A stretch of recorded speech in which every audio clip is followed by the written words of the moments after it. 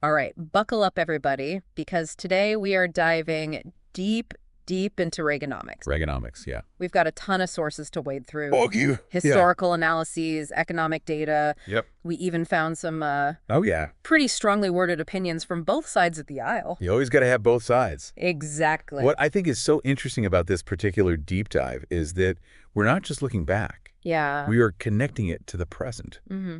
The debates that these policies, Reagan's policies, ignited are still raging today. It's crazy. Absolutely. Our mission, if you will, is to figure out not just what Reaganomics was, but like what its lasting impact has been. Yeah. And why this topic still sparks so many arguments. It's crazy. Everywhere you go, every dinner table. It's like the third rail of like political discussion, you know? It is. Did it work or did it backfire? What's the deal? Was it good? Was it bad? I don't know. And to really understand it, I think we have to start with the economic mess of the late 1970s. Okay. So think like high inflation, high unemployment, and just this general feeling that America was losing its way. Yeah, that's a lot. It was a lot. Our sources paint a pretty bleak picture of that time. Like, it really sounds like people were struggling. oh, yeah. And the government didn't have any answers. Like, nobody knew what to do. And it wasn't just a feeling, you know? Yeah. Those struggles, you know, were reflected in some pretty scary numbers. Like what? So under President Carter, inflation reached double digits. Oh. Think about that impacting your grocery bill. Yikes. Yeah. And prime interest rates, you know, for loans hit 19%. Ouch. Yeah. So it made borrowing money incredibly expensive. So it sounds like the U.S. economy was in a serious funk. Oh, yeah. And it seems like this context, like really understanding that is crucial for like understanding why Reagan's policies. Yeah. Which might seem kind of radical. To us now? To us now. But it's seen as a potential solution back then. Absolutely. The economic woes of the 70s just created this huge demand for change. Yeah. Drastic change for somebody to come in and just shake things up. Right. And that is where Ronald Reagan enters the picture with this bold new plan. Reaganomics. Reaganomics. Thank God, didn't it? And he was a master communicator, don't forget. Right. He was a former actor. Yeah. He knew how to connect with people. Right. And he packaged this whole plan as this return to core American values. Okay. Self-reliance, free markets, smaller role for the government. Right. He tapped into this like a yearning. Yeah, yearning for like simpler times. Simpler times, yeah. Like when things were better. Yeah. Or at least seemed better. For some. For some. Definitely not for everybody. Yeah, for some. Yeah. Okay, so let's unpack this. The core of Reaganomics. Okay. What are the pillars that define it? So there are 4 pillars. Okay, number 1. Tax cuts. Ooh, tax cuts. Yeah. That seems to be a recurring theme. A perennial favorite. Yeah. In conservative economic policies. But what was Reagan's like specific approach to it? He pushed for major reductions in taxes. Okay. Particularly for top earners and corporations. Top earners and corporations, okay. And the idea was to incentivize investment. Right. And put more money in people's pockets. Okay. And then eventually the benefits would trickle down to everyone. Trickle-down economics, right? That's what it's called. That's what it's called. But did Reagan ever actually use that term himself? No, not really. Okay. Trickle-down was more of a label that was used by his critics. Okay.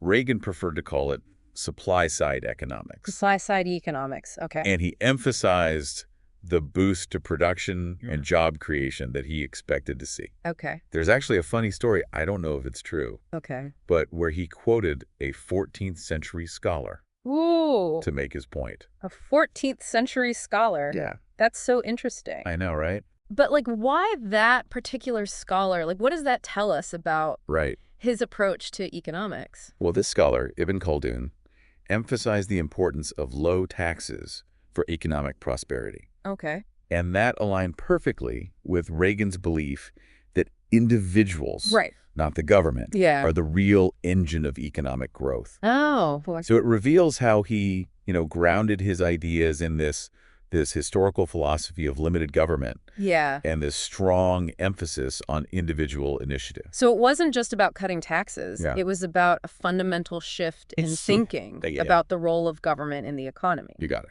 Okay, on to pillar number 2. All right. Deregulation? Deregulation. What did that look like in practice? So Reagan targeted industries like banking, okay, airlines, energy. Okay. He wanted to roll back government oversight. Okay. Because he views all that regulation as a burden okay. on businesses. Yeah. And that it was stifling innovation and competition. The goal was to unleash the free market. So less red tape, more freedom for businesses to operate. That's it.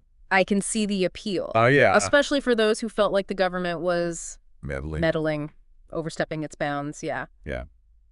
But wasn't there a risk that this could lead to problems? Like if you just... Oh, for sure. Like completely deregulate everything? Huge risks. Yeah. But we'll get into those later. Okay, we'll get into that. But the feeling at the time was that government was more the problem than the solution. Right. And Reagan really, really tapped into that. All right, pillar number 3. Yeah. Decreased government spending. Yeah. Where did he target the cuts? Well, his focus was on social programs. Like what? Like welfare, food stamps, Okay. job training. Okay. He saw these programs as creating dependency. Right. And argued that private charities and state governments could handle social welfare more efficiently. And this is where things get really politically charged. Oh, yeah, right? sure. Cutting social programs, especially for people in need, is always controversial. Yeah, and there was this one cut that became really symbolic of this whole controversy. What was it? Ketchup as a vegetable issue. Ketchup as a vegetable? As a vegetable. What? That sounds ridiculous. What was the reasoning? So to be fair, okay, it wasn't quite as simple as just like ketchup is now a vegetable. Okay. But as part of this Okay. effort to cut costs in the school lunch program, Yeah. the USDA, under Reagan's direction, Okay. proposed these changes to nutritional guidelines Yeah. that would allow ketchup to count as a serving of vegetables. Oh, interesting. I know, right? So I guess that highlights how far they were willing to go to reduce government spending. For sure. Even if it meant making some, questionable choices. Some interesting choices, yeah. Okay, on to the 4th and final pillar. All right. Tight money supply.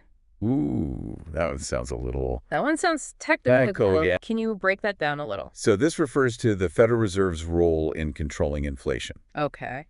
Reagan appointed Paul Volcker as Fed chair. Okay. And Volcker was known for his commitment to fighting inflation. Okay. Even if it meant short-term economic pain. So how did Volcker actually tackle inflation? So he took some very aggressive action. Okay. He significantly raised interest rates. Okay. Which made borrowing more expensive, slowed down spending, and ultimately helped bring inflation under control. Okay, so raising interest rates has this ripple effect throughout the economy, right? Absolutely. So what were some of the other consequences You're right. of Volcker's actions? It made it much harder for businesses to borrow money. Okay. Which contributed to that recession of the early 80s. Right. So it was a classic example of a trade-off. Yeah. Short-term economic downturn in exchange for long-term price stability. Right. So we've got the context of the 70s. Yeah. The 4 pillars of Reaganomics. Yep. And I think some hints at the complexities and controversies surrounding these policies. A lot of controversies. But the big question remains, did Reaganomics work? Well, that is what we'll unpack next. Ooh. The story of Reaganomics is really a story of 2 narratives. Okay. 2 very different interpretations of the same events. Oh, okay. Buckle up. I'm ready. This is where things get really interesting. Okay. Yeah. I can't wait. Okay, so we've laid all the groundwork. The groundwork, yeah. The economic storm of the 70s, the 4 pillars, those little hints of controversy. Well, for controversy. But let's get to the heart of it. Yeah. Did these policies actually deliver? That is the million-dollar question. It is. And as I mentioned, there are 2 main narratives. Right. You've got, on the one side, the people who hail the Reagan recovery as this resounding success. The Reagan recovery, okay. The Reagan recovery, yeah. So walk us through that side of the story. What evidence do they point to? Well, they point to the period of economic expansion that followed that brutal recession of the early 80s. Okay. I mean, we're talking the longest peacetime expansion that the U.S. had seen up to that point. Wow, okay. GDP growth soared. Tons of jobs were created. Unemployment fell. Even the median household income saw a boost. And there's even this story, I don't know if it's apocryphal. Okay. But it's about a German chancellor asking Reagan about the American miracle at some economic summit. Interesting. So it sounds pretty impressive. It does. But you said there were 2 narratives. So what's the other side of the coin? The other side... What do the critics focus on? Well, the critics say that the so-called miracle wasn't all it was cracked up to be. Okay. They point to the fact that the national debt tripled under Reagan. Oh, okay. Remember those tax cuts that increased military spending? Right. Those things contributed significantly to the deficit. So they were concerned about the long-term consequences Yeah. of those policies. Like a buy now, buy now, pay later kind of approach. Exactly. And they also really highlighted the issue of income inequality. Right. While the economy as a whole was growing, the benefits weren't exactly shared equally. Yeah. The richest Americans saw their incomes just skyrocket during this time, Wow. while a lot of working class families actually experienced a decline in their real wages. So it becomes this debate about growth versus equality. Yeah. Was the economic pie getting bigger, but the slices were becoming more uneven? You got it. Is that a fair assessment? I think that's a really great way to frame it. It's interesting. And it's a debate that we're still having today, by the way. It's true. How do we define economic success? Right. Is it just about overall growth? Right. Or do we also need to think about how that growth is distributed? Across society. Across society, exactly. Yeah, those are tough questions. They are. With no easy answers. No easy answers. It's fascinating to me how, economic policies can have such far-reaching effects. Totally. Shaping not just our wallets, but, our values and beliefs about the role of government. Absolutely right. And the legacy of Reaganomics is still unfolding today. It's true. I mean, think about it. Many of those core ideas, Mm-hmm. the tax cuts, deregulation, a smaller role for government, those are all Still are. still central Yeah. to conservative economic thinking. So even though Reagan left office decades ago, his ideas are still shaping these discussions today. All the time. That's so interesting. Could you give us some examples of how this plays out? Oh, yeah. In the current political landscape? Sure. So think about the ongoing debates that we're having about the role of government Okay. in addressing issues like income inequality. Right. Should the government step in to try to level the playing field, Yeah. or should it take a more hands-off approach? Right. What about regulation? Right. Should industries be really tightly regulated Yeah. to protect consumers and the environment, or does that stifle innovation and economic growth? Yeah. Yeah. I mean, these are all questions that have their roots in the Reagan era. Yeah. It's almost like we're still wrestling with the consequences of choices made back then. Yeah, for sure. But what about, we touched on this earlier, the air traffic controllers strike. Oh, Well, how did that event fit into the bigger picture of Reaganomics? well, I think that was a really pivotal moment in his presidency Okay.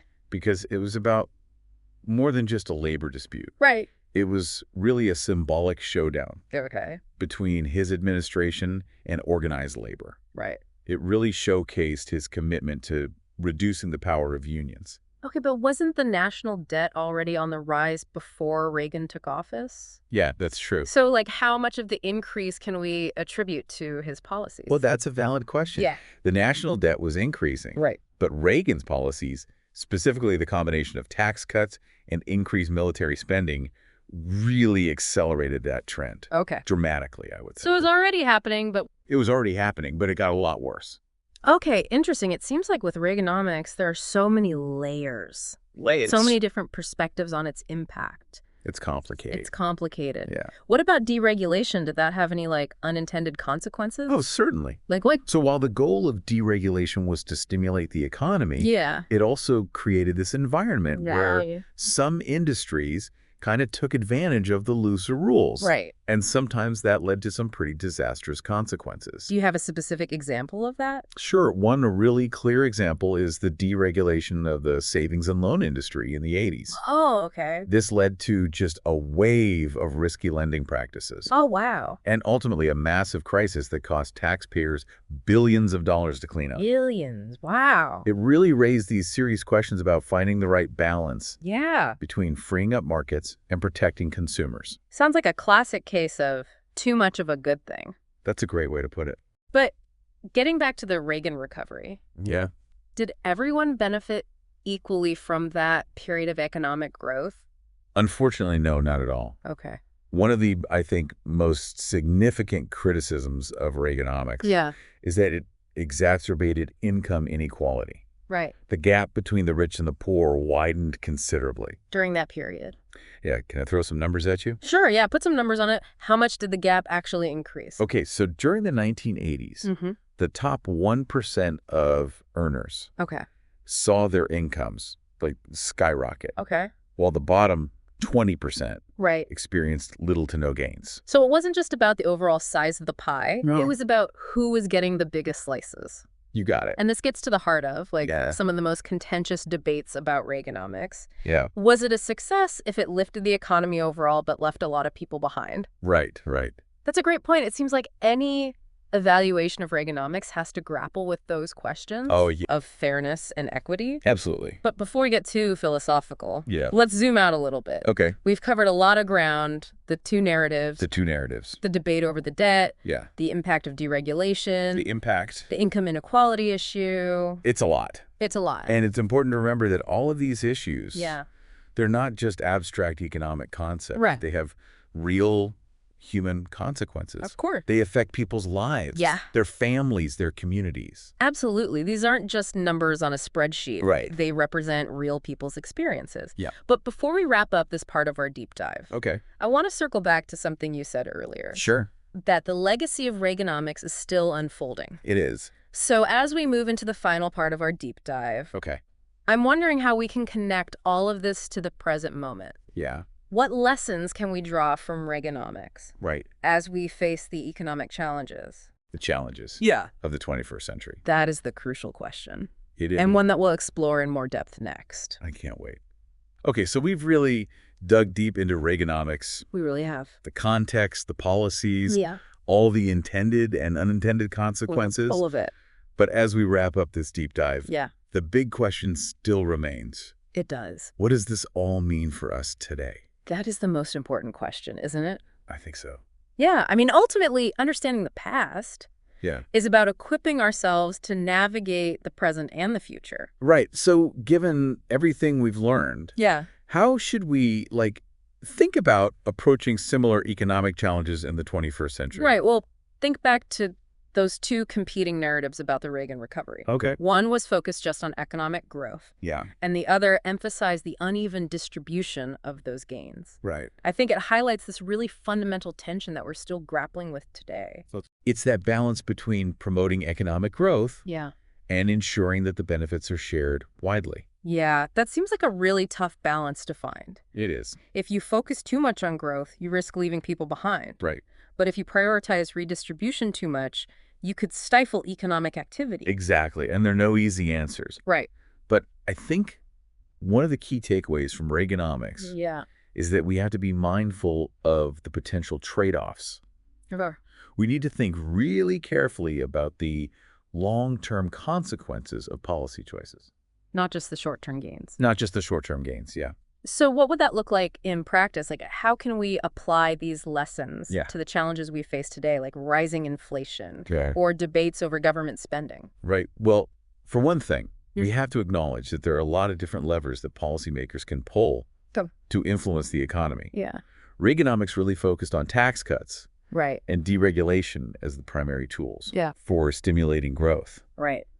But as we saw, those tools can also have unintended consequences. Like the savings and loan crisis. Exactly. Okay. So maybe we need a more diversified toolkit, Okay. one that recognizes the importance of public investment Okay. in areas like education, infrastructure, scientific research, Yeah. alongside a thoughtful approach to regulation that balances the need for innovation with consumer protection. So finding that sweet spot, not going to extremes. That's a great way to put it, yeah. Okay. And it requires a willingness to engage in thoughtful debate, Right. to consider different perspectives, and to recognize that there isn't always one right answer. It's also important to remember that the economic landscape has changed a lot Or has since the Reagan era. dramatically. Yeah. I mean, we're dealing with globalization, technological disruption, Climate change? climate change, yeah. Big time. Challenges that Reagan couldn't have foreseen. He couldn't have. So while the lessons of Reaganomics are valuable, Yeah. we can't just apply them wholesale to the present. No. We have to adapt our thinking Right. to the realities of the 21st century. So maybe it's less about specific policy prescriptions Yeah. and more about a way of thinking, yeah. like a framework for approaching these complex issues. I think that's a great way to put it. Yeah. We have to be willing to learn from the past, Yeah. both the successes and the failures, Right. but also be open to new ideas and innovative solutions. That makes a lot of sense. Yes. And for our listeners, I Yeah. think that's a great takeaway. What's that? To approach these debates with curiosity, Okay. with a willingness to listen to different viewpoints, Yeah. and with a healthy dose of skepticism. Absolutely, because at the end of the day, Yeah. these aren't just abstract economic theories. Right. They have real-world consequences for people's lives. So let's end this deep dive with a challenge for our listeners. Okay, I like it. As you encounter these economic debates in your daily lives, in the news, on social media, maybe even at your own dinner table, Oh, yeah. think about the lessons we've discussed today. Race. Remember the complexities, The complexity. the trade-offs, Yeah. the unintended consequences, All of it. because we have the power to shape our economic future. We do. It starts with asking the right questions, Yeah. engaging in thoughtful debate, and demanding solutions that work for all of us. Well said. I couldn't have said it better myself. And on that note, Yeah. we'll wrap up our deep dive into Reaganomics. It's been a journey. It has. Yeah. Thanks for joining us, and until next time, Until next time, keep exploring, keep questioning, keep questioning, and keep learning. and keep diving deep. And keep diving deep. All right. Bye, everybody. See ya.